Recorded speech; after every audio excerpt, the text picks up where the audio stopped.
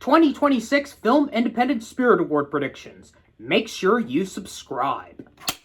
Yes, that is right. We are now coming into what normally was usually the second to last award show of the main televised award season, usually when it comes to precursor to the Oscars, but they have not been in recent years, and now this is kind of like the first true main televised industry movie award show that we're getting into. We already kind of had the Directors Guild this past Saturday, a weekend specifically, and well, Paul Thomas Anderson really had a good weekend, to be precise, but we'll just still have to wait because we still got the BAFTAs at least another week. But before we get into what would be the biggest precursor probably prior to the Oscars, we have to look at the best of the independent films here at the Spirit Awards, and really a little bit more difficult this time because there's not really any Oscar-nominated movies in this except for one of the main competitive categories,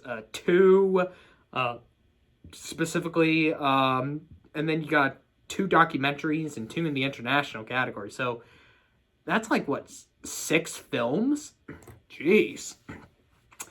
So yeah, this will be taking place this Sunday. It's normally usually on a Saturday, but it is obviously, of course, it will be on Sunday. Normally it's usually at a beach, but it looks like this time is going to be the Hollywood Padalone Theater, so that's interesting.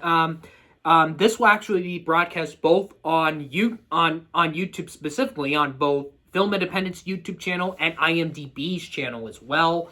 Yeah, so they were technically kind of, other than SAG when they did it on Netflix's YouTube channel for 1 year, this is obviously the only legit true award show that had started doing their shows on YouTube. The Oscars will be doing that in the 101st ceremony, so we still got at least 3 more ceremonies to go through. So, but with that said, I am here to do the predictions for the Film Independent Spirit Awards. Now, one thing to note, I am recording this on February 9th, obviously the Monday before the ceremony, but normally I would use the Awards Expert .media on the website through the Awards Expert app to tell you like who was the most likely predicted by a lot of the predictors on the app. But right now, as of this recording, it is a bit under development, so it's like not available to surface on the internet through the, you get the idea, but you can still use the app, but just not through online yet. So I will be going through my predictions, obviously doing the check marks that you'll see through the Wikipedia page. And obviously, this one does television as well, but we're not really going to go into that details. But there is one special award that already was announced its winner, and it's been now more like if the movie wins this special award, it would not be eligible to qualify in any of the main categories, and that's the Robert Altman Award, which is kind of technically the ensemble award, but now it's kind of like honoring just one film in particular, and that is, of course, The Long Walk, which will be given to director Francis Lawrence, casting director Rich Della, as well as the entire ensemble cast of Judy Greer, the only woman in the entire cast of, I believe, that is mentioned, unless of she's the only one mentioned, along with Mark Hamill, Cooper Hoffman, David Johnson, Todd Newt, Joshua Udzik, Charlie Plummer, Ben Wan, and Garrett Warner. So starting this up, we got at least 3 other special awards that are kind of like usually between 3 nominees specifically in this one, and that's the Emerging Filmmaker Awards. I don't know if this will be, they will announce their winners the day before or days after I'm recording this, like in between Tuesday through Saturday if they do announce these, but they could just announce it at the main ceremony as well, which are the Producers Award, the Someone to Watch Award, and the Truer Than Fiction Award. And I'm not going to really go and immediately choose like the one that has a highlight on the Wikipedia page. So for the Producers Award, I am giving that, just for a guess, I'm going to give it to Emma Hanaway. For the Someone to Watch award, just because of the title alone, I am going with Annapurna Suram for Fuck Toys. I actually had to look at what the trailer was about. I just had to watch the trailer just because when I saw that title, it was like, okay, like, this seems very interesting. And then for the Truer Than Fiction award, I am going to go with the easier bet and say Brittany Shireen for Seeds, which that almost made it into the Best Documentary Feature category at the Oscars. I was actually a bit worried that, if you saw my predictions, I was worried I was going to miss that prediction, but I was correct. It did not get that nomination, so. Now let's get into the actual main competition awards with 5 or more nominees, especially 10 when it comes to the acting stuff. Starting up with film editing, I am gonna go. This one's very interesting because I know about 4 of these. I don't know about good. Okay, the poster still reminds me of one, but this is ironic that this is the only big industry award for The Testament of Van Lee. Oddly enough, Splitsville was a possibility. Ephes is up for the Cassavetes Award. I knew about that film because the Oscar Expert did a review on that film with his girlfriend, but I'm going to go with the bigger one and go with Warfare on this one. For cinematography, I mean, it's obvious. It's Train Dreams. It's nominated for the Oscar, so it will get its second big win this season. We'll see if it ends up taking over what might be our Oscar frontrunner, Sinners. Like, it has the Critics' Choice, but we'll see if it does win ASCE or even if that's nominated, if I'm not sure. And especially at BAFTA to see if it will be Sinners' main competition. But I do think Train Dreams will get its big win here. On to the screenplay categories. For first screenplay, I think I'm going to go with easily Sarita Singleton for One of Them Days. And then for screenplay in general, this is obvious, even though she oddly lost debut feature at the Directors Guild last week. And it's interesting that it's not up for first feature, but I think there might be a rule with if you're up for first best picture, you're not eligible for first feature, I guess. I'm not really sure, but yeah, I'm gonna go with Eva Victor here for Sorry Baby. Twinless is a possibility, as well as Splitsville and A Little Prayer, but I'm gonna go with the safer bet and say Sorry Baby. On to the 4 featured film categories, starting up with documentary feature. We do have 2 of the Oscar nominees here, and one of them was on the short list, because if The Perfect Neighbor did got that Oscar snub, I would have said My Undesirable Friends Part 1, Last Air in Moscow, if it was nominated. But obviously the battle here is between The Perfect Neighbor and Come See Me in the Good Light. I can almost see a lot of passion that could go into Come See Me in the Good Light when we get to the Oscars, maybe, but it would have to show a sign if it would be The Perfect Neighbor's competition, it would have to win here, especially since you have Tig Notara, who is a producer in the film, involved in the movie as well, and she's also nominated in the category as well. But I'm going to go, even though it lost the Directors Guild this past weekend, I'm going to go with The Perfect Neighbor to see if it can actually make a start. If it does go to Come See Me in the Good Light, The Perfect Neighbor would have to win BAFTA, and if it's up for PG, I believe. But if it does not win, I might say Come See Me in the Good Light for the Oscar.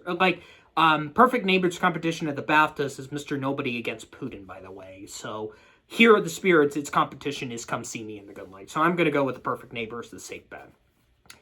International film, I think we all know what this is going to be going to. The Secret Agent. I mean, Saradin's only competition had. All that's left to you was on the Oscar shortlist for international, but this is The Secret Agent easily. So it's going to get its 3rd win in the international feature category here. So the question is it going to try to win the Oscar? I still think sentimental value, I think I'm still going to say it to win the Oscar because Norway never won an Oscar for international feature yet, and I think they could actually do that. Because if Brazil did, if I'm Still Here did not win the Oscar last year, I would have been a little bit more confident in The Secret Agent, but I'm getting ahead of myself. But this is obviously going to be the big win for The Secret Agent in terms of the industry awards. And we know it won Critics' Choice because some reason they decided not to put sentimental value in for international because of a rule they had. So, but yeah, I'm going to go with The Secret Agent. And then here comes the John Cassavetes Award. And I still don't understand why it's not up in the main categories, but this is kind of a special award because it gets you get like a special $25,000 or something like that. I don't know, but very interesting list. You do have a couple of notable ones here, like The Baltimoreans, Boys Go to Jupiter, which is an animated film. FES, as I kind of mentioned, Oscar Expert did a review on the film, and Familiar Touch.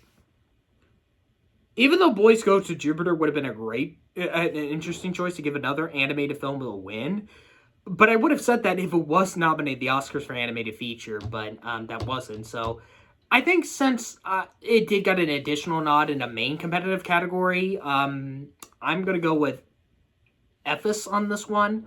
So I think I'm going to go with that baseball league movie or something like that. So I'm going to go with EFES on this one. And then for first feature, kind of like similar for screenplay, I am going to go with One of Them Days on this lineup. And it would actually even give Issa Rae an award here because she's a producer on the film. On to the 3 acting categories for breakthrough performance. The Plague just did one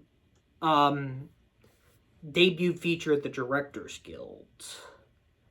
And yeah, that's another reason the Baltimoreans could win the Cassavetes Award, because it's also in here. But I think we're going to go the safer bet and go with SZA in One of Them Days. So, yeah, so basically One of Them Days, if I'm correct, is it up for almost winning almost all the categories it's nominated for. And now we come into what I would consider to be the category of the ceremony for the Film Independent Spirit Awards this year, Best Supporting Performance. Because we have no Oscar nominations on this one. So basically anyone's up for grabs here. Naomi Ackie would make the most sense for Sorry Baby because it's up for picture. And the fact is I remember I saw it was the most likely to predict on the awards expert app, but I'm not going to go with that one. Because Nina Haas is also a possibility, but I think the real reason I'm going with this because it is the most nominated film, and I think if they want to give the film something, it's got to be this one. Even though, it's up for picture, and since it is the most nominated film, they need to give it at least something, I guess. I am going to go with Rebecca Hall in Peter Hooja's Day on this one. And then for lead performance, I think this is an easy one. It's Rose Byrne in If I Had Legs, I'd Kick You. Even though the movie is not in for Best Feature, but that's sometimes what the Spirit Awards do. Sometimes they go a little bit weird on nominations, and then when you go later on, when you come back to revisit it, it's very interesting to see that. Like, they could give it to Ben Whishaw. Joe Edgerton, I would say he would be right behind it.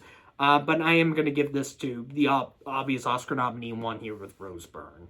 For Best Director, I'm also going to go safe bet and say Clint Bentley for Train Dreams.